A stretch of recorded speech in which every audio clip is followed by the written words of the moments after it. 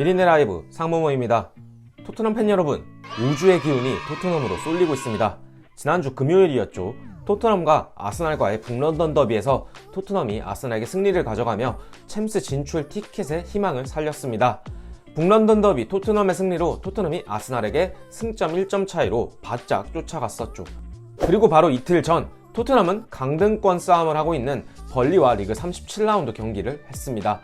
꾸역승이긴 했지만 결과가 중요한 경기였고 토트넘은 승점 3점을 가져올 수 있었습니다. 케인의 PK골에 힘입어 말이죠. 손흥민 선수가 벌리전에서 골을 기록했으면 했으나 두 차례 결정적인 슈팅이 벌리의 키퍼의 선방에 막혔습니다.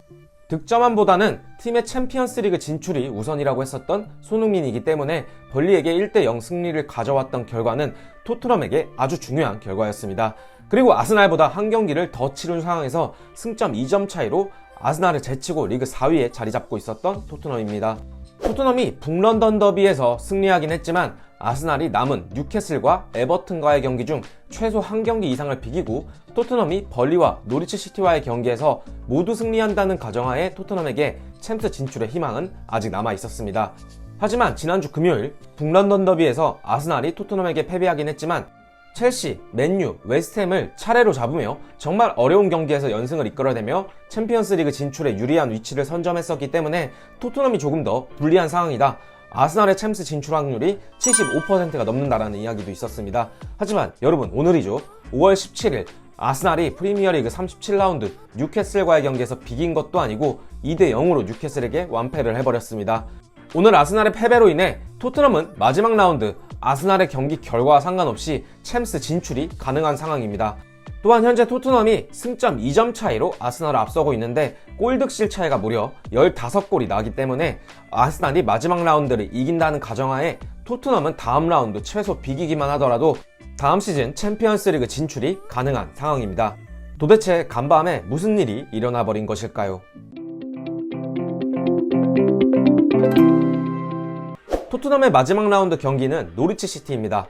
아스날은 에버튼과의 경기를 남겨두고 있죠.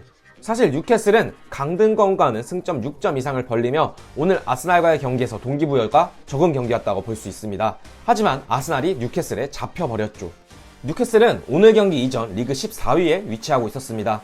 또한 리버풀과 맨시티에 최근 패배하긴 했지만 6경기에서 4승 2패를 거두며 2패를 거두기 전까진 상승세를 타고 있었습니다. 하지만 아스날과의 상대 전적에서 6경기 6전 전패로 아스날이 그래도 무난하게 이길 것이다 라는 시선도 있었죠. 하지만 역시 축구공은 둥글었습니다. 아스날은 지난 북런던 더비 출전하지 못했던 베나이트와 부상으로 교체 아웃되었던 말갈량이스가 모두 선발로 나왔으나 뉴캐슬에게 두 골을 모두 헌납해버렸습니다. 뉴캐슬과 아스날의 37라운드 경기는 뉴캐슬의 오른쪽 진영에서 많은 공격이 이루어졌으며 점유율적으로 뉴캐슬이 아스날에게 전혀 밀리는 경기를 하지 않았습니다. 오히려 볼 점유율이 51대 49로 뉴캐슬이 약간 앞선 수치를 기록했죠.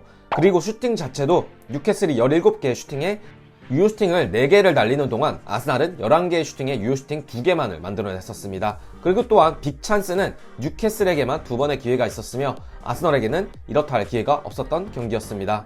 전체적으로 동기부여가 강했던 아스날이었지만 경기 내용은 뉴캐슬에게 패배를 해버렸다는 것입니다.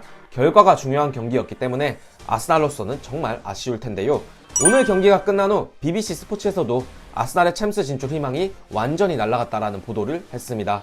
또한 토트넘의 실시간 챔스 진출 확률이 무려 96%로 올라갔습니다. 아스날은 4%로 내려앉았죠.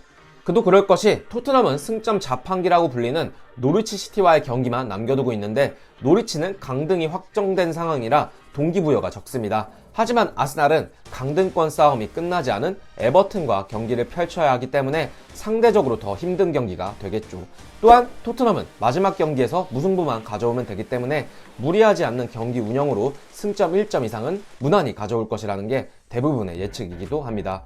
과연 토트넘의 챔피언스리그 진출 대역전 드라마가 쓰이게 될까요? 그리고 득점왕 경쟁을 벌이고 있는 손흥민 선수가 아쉽게도 벌리전에서 골키퍼 선방에 막혀 골은 넣지 못했었죠. 그리고 손흥민과 득점왕 경쟁을 벌이는 살라는 리버풀의 FA컵 결승에서 전반 34분 사타구니 부상으로 교체 아웃되었었습니다. 하지만 사실상 리그 우승이 맨시티에 밀려 어려울 것이라고 예상되는 리버풀은 37라운드 사우스햄튼과의 리그 경기에서 살라에게 휴식을 취하게 할 것이고 챔스 결승에 집중할 것이라는 보도가 나왔는데요.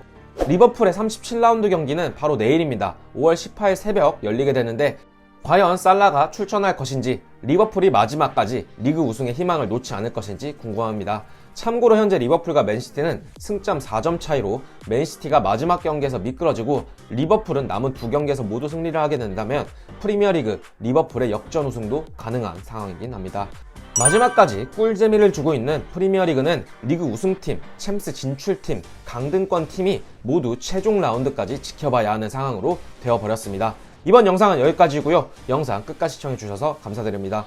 오늘 저희의 영상이 괜찮으셨다면 구독과 좋아요, 알람 설정 부탁드리면서 영상 여기서 마치도록 하겠습니다. 감사합니다.